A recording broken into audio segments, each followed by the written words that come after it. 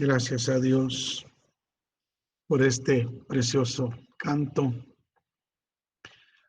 A mí me tocó que enseñar las cartas de Pedro también en el instituto y este canto es con lo que termina una de las cartas de Pedro. Precioso. Muy bien. Entonces, si gustan, pues cerramos nuestros micrófonos, ¿verdad? Para evitar interferencia para y que ustedes puedan escuchar de una mejor manera, con mayor fidelidad, el estudio de la palabra del Señor en esta noche. Así es que vamos a tener un momento de oración. Amén. Y luego entramos en el estudio. Amantísimo Señor Dios y Padre nuestro, te damos gracias por permitirnos una vez más estar reunidos de esta manera para continuar estudiando tu palabra, enriqueciendo nuestra vida, alimentando nuestra vida, sustentando nuestra vida, Señor, con el pan de los cielos. Tu palabra dice, Señor, que conoceremos la verdad y la verdad nos hará libre. Tu palabra dice que no solo del pan material vivirá el hombre, sino de toda palabra que sale de la boca de Dios vivirá el hombre. Te rogamos en esta noche que nos compartas una porción más de tu verdad, que nos compartas una porción más de el pan de los cielos y que cada familia, Señor, aquí presente pueda ser bendecida, Padre. Gracias te damos en el nombre de Jesús. Señor, si hay alguien que está enfermo, extiende tu mano de poder. Pon tu mano, Señor, de sanidad sobre sus cuerpos y sánalos. Te pedimos con todo el corazón que coloques un muro de fuego, Señor, en derredor de cada uno de nosotros y de nuestros hijos y de nuestros nietos, de nuestras familias, para que el coronavirus no penetre y no nos alcance, Señor. Te pedimos protección, Padre, para nuestras familias, para nuestras vidas, para nuestras familias. Te pedimos protección para la Iglesia Cristiana Jesucristo, Señor. Te lo rogamos en el nombre de Jesús. Hasta este momento te damos muchísimas gracias porque no hemos sabido de ningún contagio, Señor, en los miembros de esta iglesia. Te rogamos que nos sigas protegiendo, Padre, en el nombre de Jesús.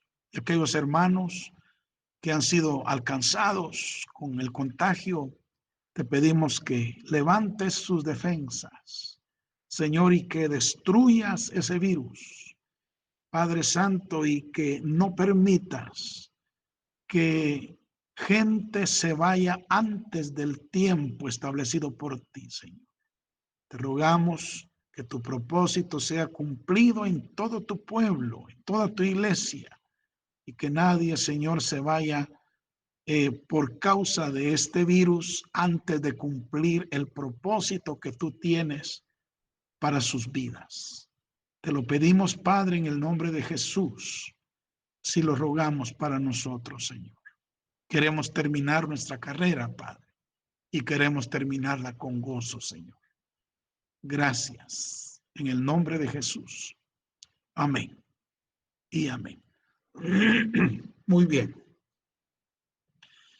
Entonces, gracias a Dios, hermanos, vamos, espero que no haya, que tengamos una buena señal, ¿verdad? Para que no haya interrupciones en mi comunicación hacia ustedes, sino que se pueda oír bien. Estamos en el capítulo 5 de la primera carta de Pablo a Timoteo. El tema que estamos desarrollando es nuestro comportamiento en la iglesia. En este capítulo, el apóstol Pablo le escribe a Timoteo para enseñarle a él y a la iglesia a las iglesias que él pastorea, cómo debe ser nuestro comportamiento dentro de la congregación, dentro de la iglesia. Y ya hemos visto cómo debemos comportarnos con la gente mayor en la iglesia, con los ancianos y con las ancianas de edad, la gente mayor en la iglesia. Ya lo estudiamos, cómo debemos tratarlos, a los ancianos, a las ancianas, cómo debemos tratar también a los jóvenes y a las señoritas en la iglesia. Ya lo vimos. Además, vimos también cómo debemos comportarnos con las viudas que tengamos en la familia y que tengamos en la iglesia. Ya lo estudiamos en la clase anterior. Hoy vamos a terminar el capítulo 5 estudiando cómo debemos comportarnos con los ancianos, pero no con los ancianos de edad, sino con los que tienen el ministerio de ancianos, los que tienen el oficio de ancianos en la iglesia, o sea, con nuestros líderes, cómo debemos comportarnos. Así es de que vamos a leer la porción que nos ocupará, 1 Timoteo capítulo 5, del versículo 17 al 20. Yo les decía a los hermanos en la reunión pasada que estos comentarios parecen que no tuvieran mucha importancia, pero no es así.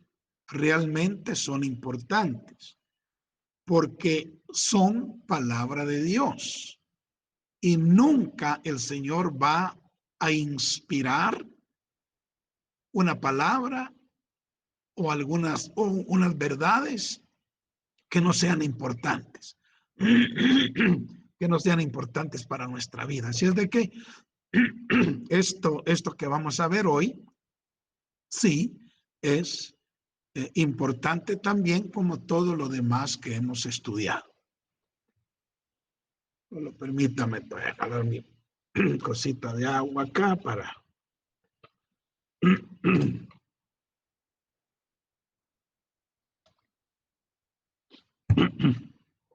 Bueno, leamos entonces 1 Timoteo capítulo 5 del versículo 17 al 20. Dice así: los ancianos que gobiernan bien sean tenidos por dignos de doble honor, mayormente los que trabajan en predicar y enseñar. Pues la escritura dice: no pondrás bozal al buey que trilla. Y también dice: digno es el obrero de su salario. Contra un anciano no admitas acusación, sino con 2 o 3 testigos. Y a los que persisten en pecar, repréndelos delante de todos, para que también los demás teman. Bueno, aquí entonces se mencionan los ancianos. Y no se está refiriendo a los ancianos de edad cronológica, sino que se está refiriendo a los que tienen el cargo de ancianos. Aquí la palabra que se usa es presbúteros en el griego, de donde viene el término presbítero o presbiterio, ¿verdad? O sea, se está refiriendo a los ancianos que son los líderes en la iglesia, los que tienen ese oficio, ese ministerio de ancianos. No se está refiriendo a los mayores de edad, sino a los que tienen el oficio, el ministerio de ancianos. Bueno, miremos entonces lo que nos enseña el Espíritu Santo acerca de nuestro comportamiento hacia los ancianos. Bueno, dice: Los ancianos que gobiernan bien sean tenidos por dignos de doble honor. Aquí vemos que Pablo enseña que los ancianos son los que conforman el gobierno de las congregaciones locales. Dice los ancianos que gobiernan bien. Entonces se sobreentiende que ellos son los que integran el gobierno, ¿verdad?, de las congregaciones. Ahora, como ya hemos dicho en otros estudios, el término gobernar no indica para nada dominio. No, no, no. Sino lo que indica es dirección. Dirección. O sea, ellos no están para dominar, sojuzgar a la congregación, sino para darle dirección, ¿verdad? Y enseñarle con su ejemplo. Amén. Aunque, obviamente, pues con la autoridad que Dios les confiere, ¿verdad? Los ancianos tienen una autoridad delegada por el Señor. Yo he estudiado un poco este asunto y me he dado cuenta que para que una iglesia, una congregación, camine bien, es importante que tenga un consejo de ancianos. Es importantísimo que tenga un consejo de ancianos. ¿Saben, hermanos? No es bueno, no es bueno que en una congregación haya solo un pastor para tomar todas las decisiones. Eso no es sabio, que sea un solo hombre el que tome las decisiones para toda una congregación. Eso no es sabio y tampoco es bíblico, tampoco es bíblico. Por eso es necesario que haya en la iglesia un consejo de ancianos. Miremos lo que dice, miremos la importancia que tiene este consejo. Proverbios capítulo 11, versículo 14. Mire lo que dice. Donde no hay dirección sabia, caerá el pueblo. Mire, donde no hay dirección sabia, caerá el pueblo. Más en la multitud de consejeros hay seguridad. Mire, hay seguridad. Entonces los ancianos son los que forman el consejo de la iglesia, ¿verdad? Los que están ahí para aconsejar. Y aquí dice que los ancianos sirven para dar seguridad. Seguridad al rebaño, seguridad a la iglesia. Entonces, debemos aprender esta verdad, ya sea para nuestro presente o para nuestro futuro, ¿verdad? No es bueno que una congregación esté siendo dirigida solo por un hombre, porque él se puede empalagar del poder, del dominio y puede tomar decisiones necias, insensatas, y quien va a salir afectada va a ser la congregación. Pero aquí dice que en la multitud de consejeros ahí hay seguridad, seguridad. Bueno, en Proverbios capítulo 15, versículo 22, hay otro versículo importantísimo. Dice, los pensamientos son frustrados donde no hay consejo.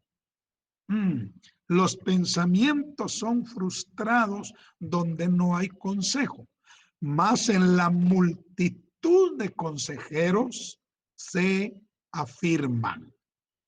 Más en la multitud de consejeros se afirman. ¿Qué quiere decir este versículo? ¿Sabe? Lo que significa es que los ancianos, la multitud de consejeros, ¿verdad?, sirve para sopesar los pensamientos.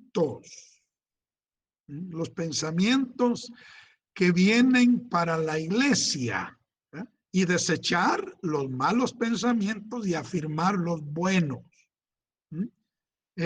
Los planes que vengan para la iglesia, los ancianos deben sopesarlos, a ver si son planes factibles que van a bendecir a la iglesia o son planes traídos por la carne, ¿verdad? Que no van a causar bendición. Entonces los ancianos son los que sopesan los pensamientos, los planes, los proyectos, ¿verdad? Todo lo que se piensa hacer en la iglesia para desechar aquello que no es correcto y afirmar aquello que sí es correcto y que viene del Señor. Bueno, hay otro versículo en Proverbios, capítulo 24, verso 6. Mire qué importante. Dice, porque con ingenio harás la guerra. Y en la multitud de consejeros está la victoria. Mire, está la victoria. Qué tremendo. Sea los buenos ancianos que dan sabios consejos, tanto de la iglesia como también a la iglesia misma, nos van a guiar a la victoria. En la multitud de consejeros, entonces, está la victoria. En la multitud de consejeros, los pensamientos se afirman y en la multitud de consejeros hay seguridad. Seguridad. Bueno, entonces, realmente los ancianos, ese consejo de ancianos es muy importante en cada congregación. Sigamos adelante. Luego, dice, los que gobiernan bien. Los ancianos unidos por dignos de doble honor. Miren, los ancianos, ¿verdad? Que gobiernan bien, que hacen bien su trabajo. Dice el apóstol Pablo, bueno, que es el Espíritu Santo, dice que sean tenidos por dignos de doble honor. Bueno, usted sabe que es una cosa doble, ¿verdad? Tiene dos partes. Ahorita le explico cuáles son esas dos partes del honor que se le debe dar a los ancianos que gobiernan bien. Bendito sea Dios. Según la interpretación casi unánime de los teólogos más confiables, ser dignos de doble honor significa, óigame bien, significa ser dignos de respeto, o sea, hay que respetar, dignos de respeto, de honra, de honor, hay que respetarlos, y también son dignos de la remuneración que les pertenece. Sí. Pablo cita Deuteronomio capítulo 25, versículo 4, que dice, no pondrás bozal al buey que trilla. No pondrás bozal al buey que trilla.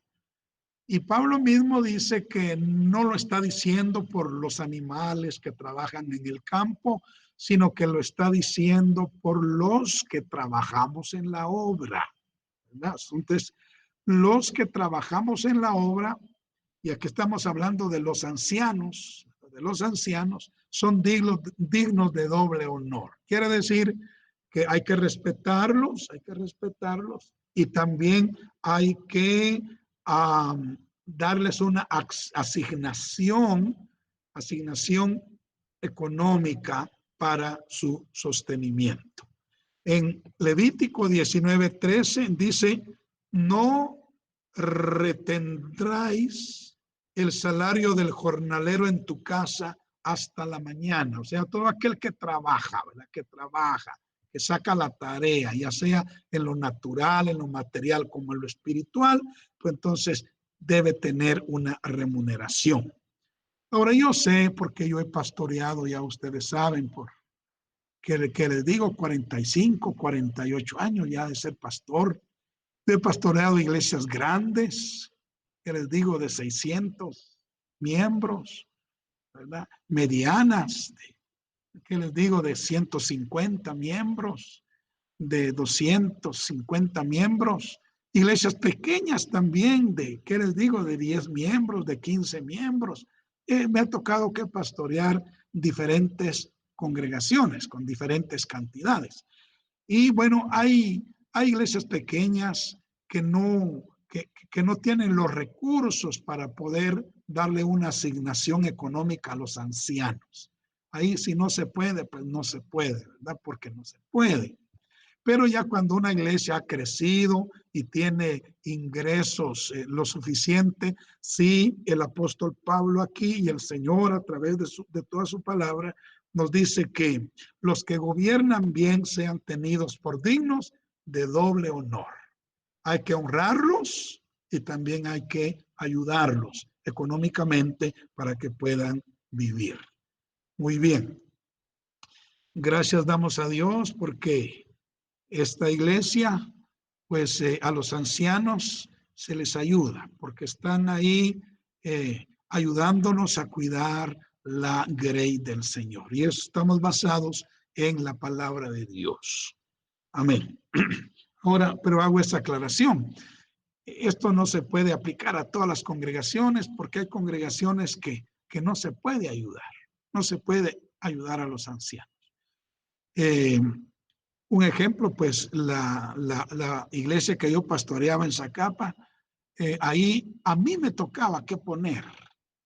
A mí me tocaba que poner dinero para poder salir con el alquiler del local. Gracias al Señor, el Señor nos proveyó ahí una tienda de ropa y ese fue el medio que el Señor usó para sostenernos como familia, pero no había recursos para poder ayudar a los ancianos. Pero cuando ya la iglesia crezca y tiene recursos, es bíblico y es sabio poder honrar a los ancianos doblemente, respetarlos y darles alguna asignación que les pueda ayudar. Bueno, y Pablo dice acá, mayormente a los que trabajan en enseñar y en predicar. Porque hay ancianos que no enseñan ni predican, solo ayudan a pastorear, pero hay ancianos que sí predican, además de que cuidan el rebaño y están ahí supervisando, predican y enseñan. Entonces, mayormente a los que predican y enseñan la palabra del Señor. Bueno, vayamos a el siguiente punto. Contra un anciano no admitas acusación, sino con 2 o 3 testigos. Muy importante. Contra un anciano, dice la Biblia, que no admitamos acusación, sino con el testimonio de 2 o 3 testigos. Saben que los ancianos, como todos, ¿verdad? Pero los ancianos y los pastores estamos expuestos a críticas, envidias y rencores de aquellos cuyos gustos no han podido o no hemos podido satisfacer.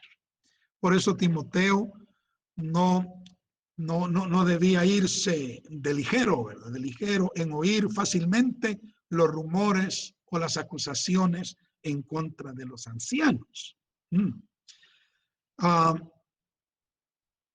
Si para acusar a cualquier hermano de la congregación se necesitaban 2 o 3 testigos, según Deuteronomio 19:15, que dice, no se tomará en cuenta a un solo testigo contra ningún hermano, o en cualquier delito ni en cualquier pecado, en relación con cualquier ofensa cometida.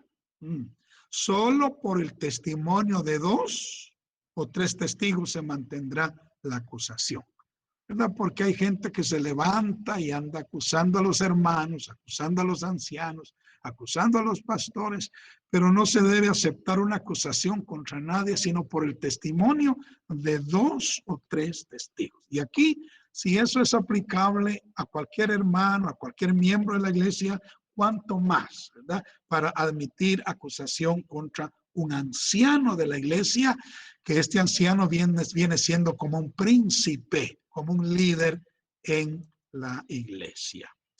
En Mateo 18:16 dice, para que en boca de 2 o 3 testigos conste toda palabra, ¿verdad? Es muy importante esto porque, como les digo, los pastores, los ancianos, los líderes y aún los hermanos, los miembros de la iglesia, somos como propensos, estamos propensos a recibir acusaciones y de esto y de lo otro, pero nosotros en nuestro comportamiento dentro de la iglesia no debemos admitir acusación contra un anciano ni contra un hermano, sino con el testimonio de 2 o 3 testigos, y que estos testigos pues no sean testigos falsos, pero sean testigos verdaderos. Amén. Bueno, vaya, llegamos al versículo 20. Pongan cuidado a esto. En el versículo 20 dice: a los que persisten en pecar, repréndelos delante de todos para que los demás también teman. Les pregunto, ¿a quiénes se está refiriendo Pablo aquí cuando dice a los que persisten en pecar?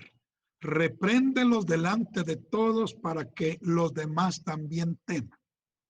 ¿A quién creen ustedes que se está refiriendo Pablo en este versículo? ¿Se estará refiriendo a los miembros de la iglesia o se estará refiriendo a los ancianos de la iglesia?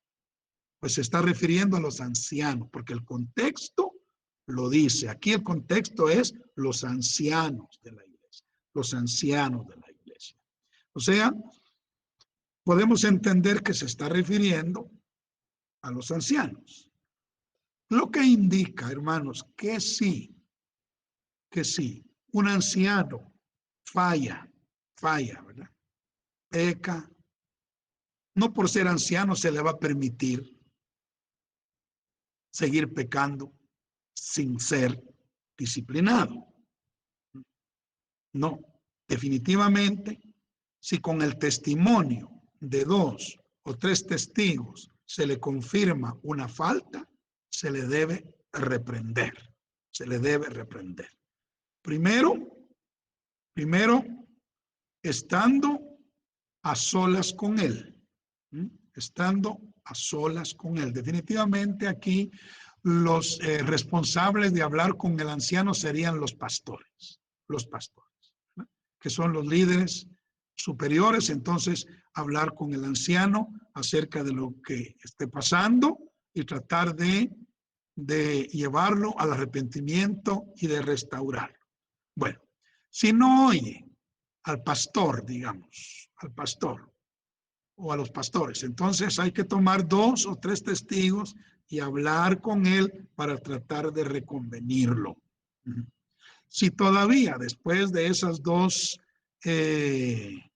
digamos, llamadas de atención, él persiste en el pecar, entonces dice, dilo a la iglesia. Por eso dice aquí, a los que persisten en pecar, repréndelos delante de todos, para que los demás también teman. Entonces, obviamente esto, pues Cristo dio el proceso. Primero habla tú y él solo, después llama a otros 2, y si no los oyera, entonces dilo a la iglesia, ¿verdad? Y si ya, después de reprenderlo delante de todos, él sigue, entonces Cristo dijo, ahora tenlo por gentil y publicano, ¿verdad? Hay que desecharlo. O sea que es delicado, pues también la disciplina que el Señor establece para los ancianos. Así como Él nos da privilegios, así como Él nos da reconocimiento, también Él nos exige mucha responsabilidad. Bendito sea el nombre del Señor. Muy bien.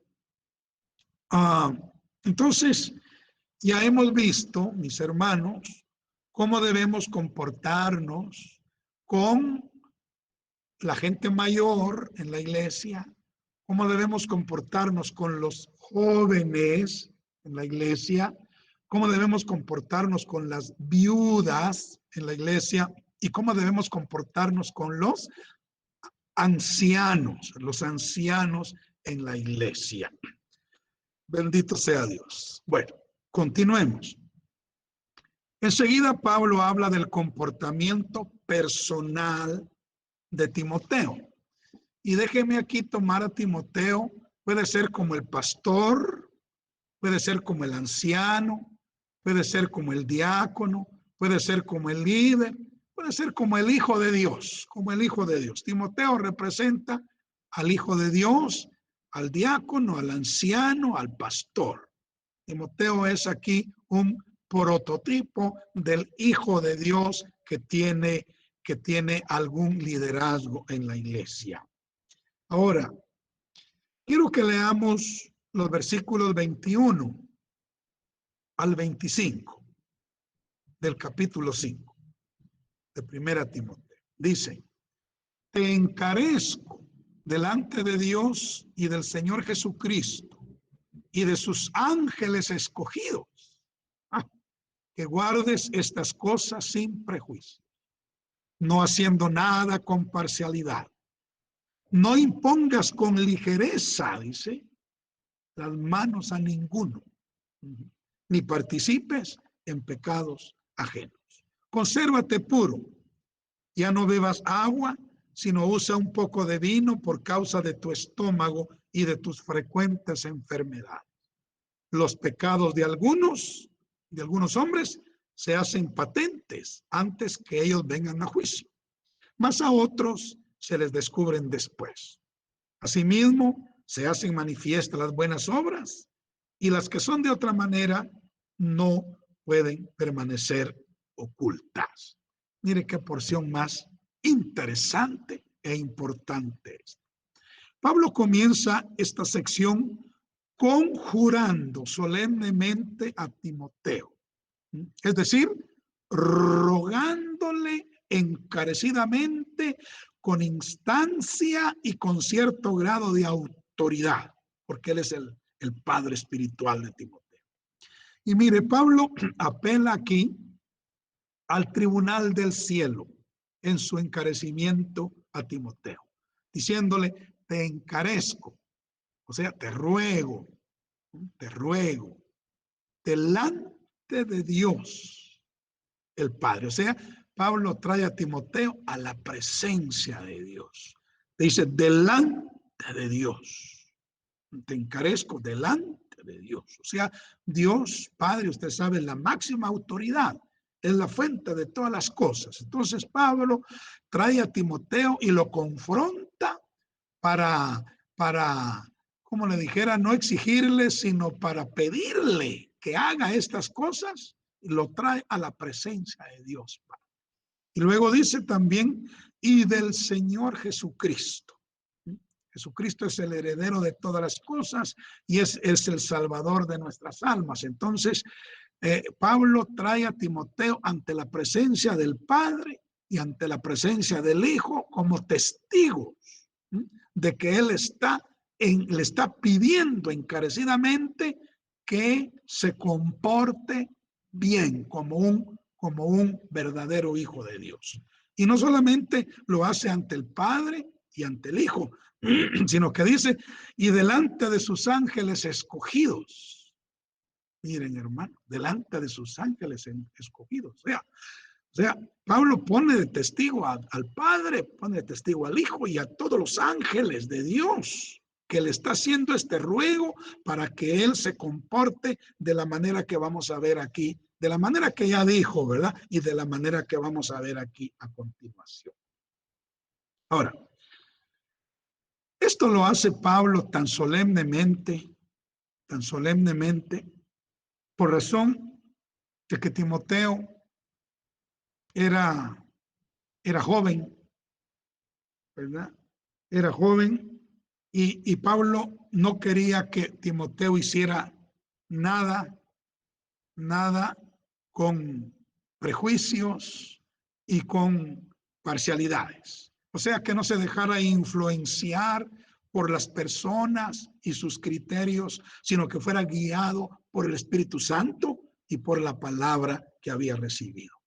Y hermanos, esto es muy importante para nosotros también, para todo hijo de Dios, sea que tengamos liderazgo, ministerio o sencillamente el gran honor y el privilegio de ser hijos de Dios. No debemos tener prejuicios ni parcialidades con nadie, sino que debemos ser guiados por el Espíritu Santo y por la palabra de Dios en nuestro trato con las demás personas. Sí. No debemos tener prejuicios. Le voy a poner un ejemplo, ¿verdad? Un ejemplo así, tal vez muy crudo, pero mire, por ejemplo, se convierte un marero, se convierte a Cristo un marero. No debemos verlo con prejuicio,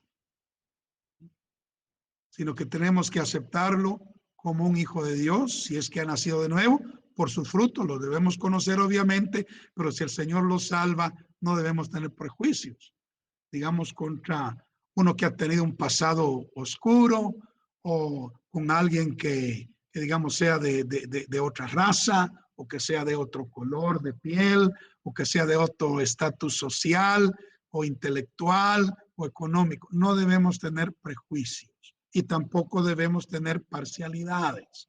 Como hijos de Dios debemos tratar a todos por igual. Eso es lo que Pablo le está aconsejando a Timoteo. A Timoteo. Bendito sea el Señor. Bueno, luego Pablo continúa con la vista puesta en la gran responsabilidad que tenemos los líderes de la iglesia, y no solo los líderes, sino que también los miembros de la iglesia. Y nos hace unas recomendaciones muy importantes. Dice, no impongas con ligereza las manos. No impongas con ligereza las manos. Hermanos, la imposición de manos es una práctica muy delicada, muy delicada. Fíjense que en ella hay una identificación, hay una comunicación y hay una impartición.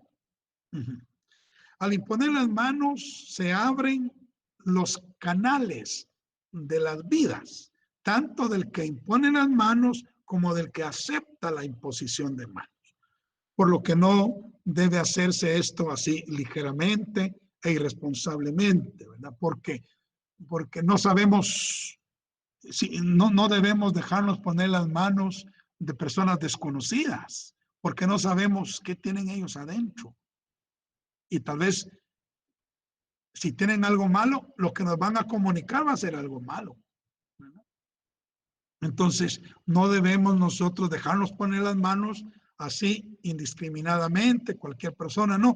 Tenemos que tener el conocimiento de gente que anda bien con Dios y que nosotros lo conozcamos, que tengamos confianza para que pongan las manos sobre nosotros y oren por nosotros.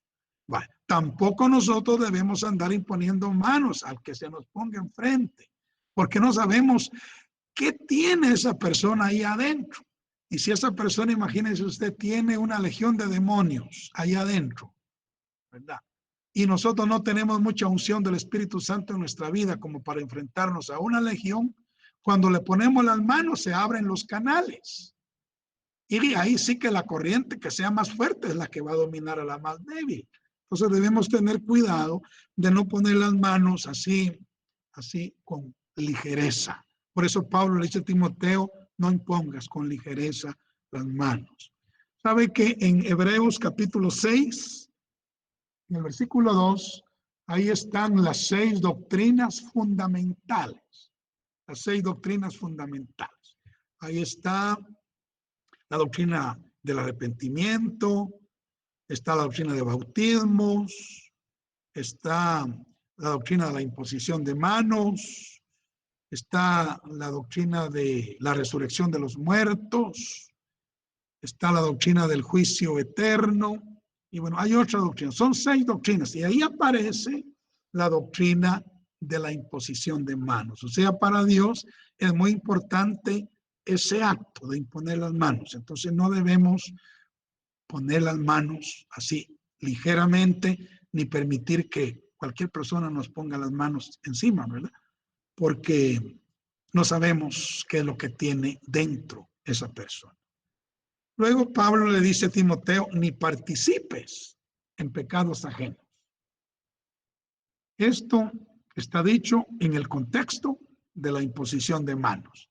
Parece ser que nosotros podemos participar de pecados ajenos si imponemos las manos sin discernimiento, ¿verdad? Nos pueden comunicar algún pecado o alguna opresión o alguna situación desagradable si nosotros no tenemos sabiduría al imponer las manos o a que nos impongan las manos.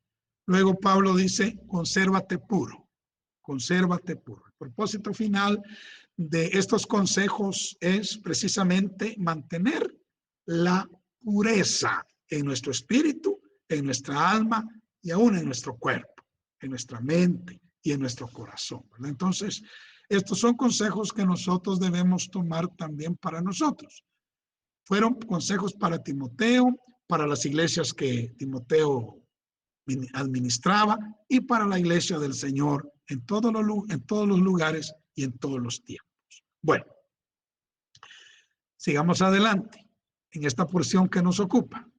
A continuación, y escuche, por raro que parezca, dentro de este contexto, Pablo hace un paréntesis. Él está hablando de cosas muy espirituales, está hablando de cosas muy serias, ¿verdad? Para todo hijo de Dios, todo líder, todo siervo, todo ministro de Dios, está hablando de cosas muy serias, muy espirituales. Pero mire, él hace un paréntesis. Amén. Y no se olvida de la debilidad física de su hijo Timoteo. En el versículo 23 le dice, ya no bebas agua, sino usa un poco de vino por causa de tu estómago y de tus frecuentes enfermedades. Ahora, sabe, yo estaba analizando esto, hermanos, y sabe, esto no es otra cosa más que la manifestación del corazón de padre que tiene Pablo para Timoteo. El corazón de padre espiritual que tiene Pablo para Timoteo. No solo se está preocupando de las cosas espirituales, ¿verdad? Ministeriales, ¿sí? Eclesiásticas, teológicas, ¿verdad? Teológicas para Timoteo. También se está preocupando por esas enfermedades estomacales que Timoteo padecía. Ese es un corazón de padre, que se preocupa no solo por lo espiritual, sino también por, imagínese usted, por dolores de estómago, por dolores de estómago. Entonces, realmente ese es el amor, ¿verdad?, de un padre espiritual. Ahora, voy a hacer un comentario sobre el vino. En este contexto, porque hay que interpretar la Biblia a la luz de su contexto, a la luz de su contexto. Como dicen por ahí, un texto sacado del contexto se convierte en un pretexto para pecar, ¿verdad? Para pecar. Entonces, no. Ahora, en este contexto, el vino, Pablo lo está recetando como un elemento medicinal, ¿verdad? Y no como una bebida embriagante y placentera. No. Lo está recetando como un medicamento, ¿verdad? Como algo medicinal para Timoteo. Sí. Ahora, como bebida embriagante y placentera, ¿sabe? El vino es malo. Dice la Biblia que quita el juicio, ¿eh? Le roba al hombre el razonamiento, ¿verdad? El juicio. Así lo dice Oseas, capítulo 4, verso 11. Ahí dice que fornicación, fíjese, fornicación, vino y mosto quitan el juicio. ¿Eh?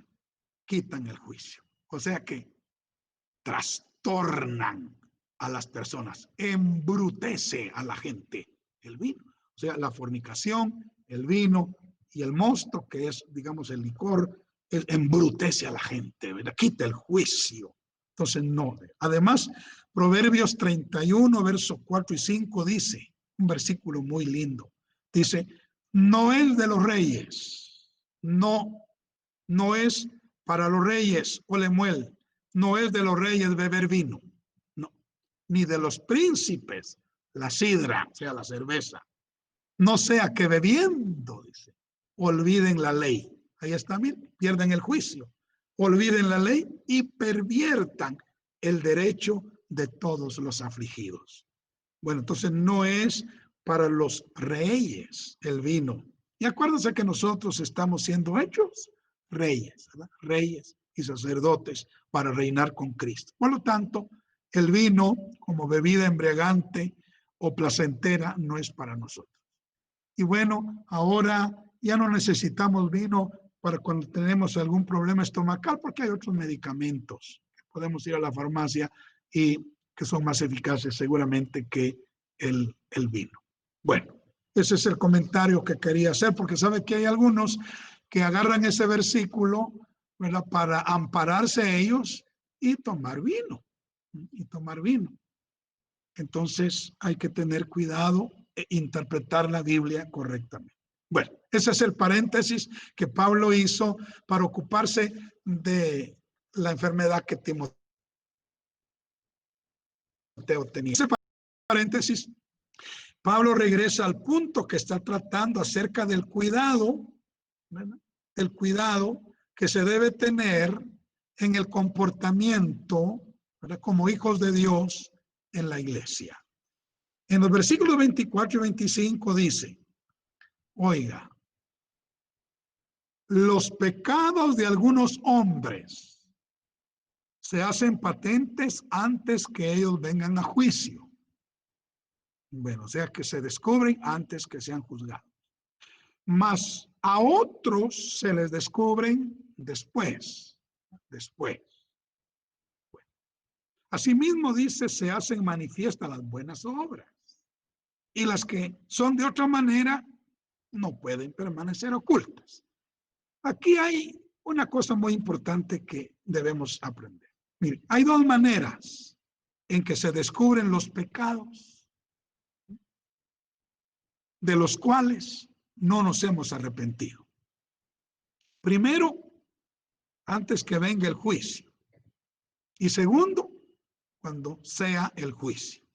Entonces, esto debe llenarnos de temor y, hermanos, llevarnos a arreglar cuentas con el Señor lo más pronto que sea posible.